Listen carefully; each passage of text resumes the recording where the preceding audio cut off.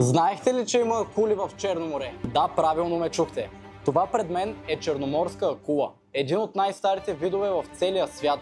Съществува от над 100 милиона години. Кожата й е грапава като шкурка. Съставена е от милиони микроскопични зъбчета. В основата на гръбните перки има шипове с лека отрова. Не е опасна, причинява само болка и подуване. Сега ще ви покажа как се транжира. Първо ще премахна гръбните перки.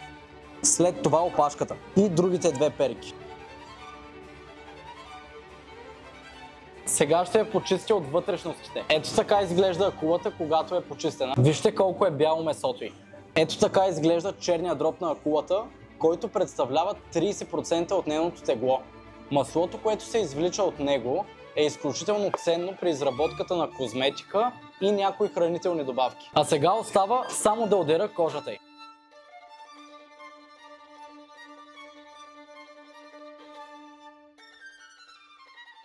Готова е да я нарежа на котлети.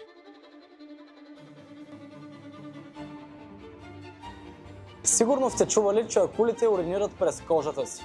Но това не е точно така. Когато акулата умре, уреята в тялото й се превръща в амоняк, който дава специфичен вкус на месото. Ако е съвсем прясна обаче, както в моя случай, няма никаква следа от него. Време е да я сготвя.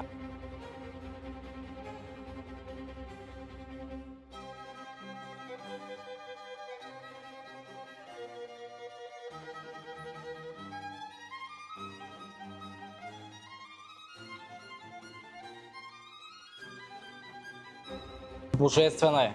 Акулата е истински деликатес. Заповядайте в ресторант Немо, за да я опитате.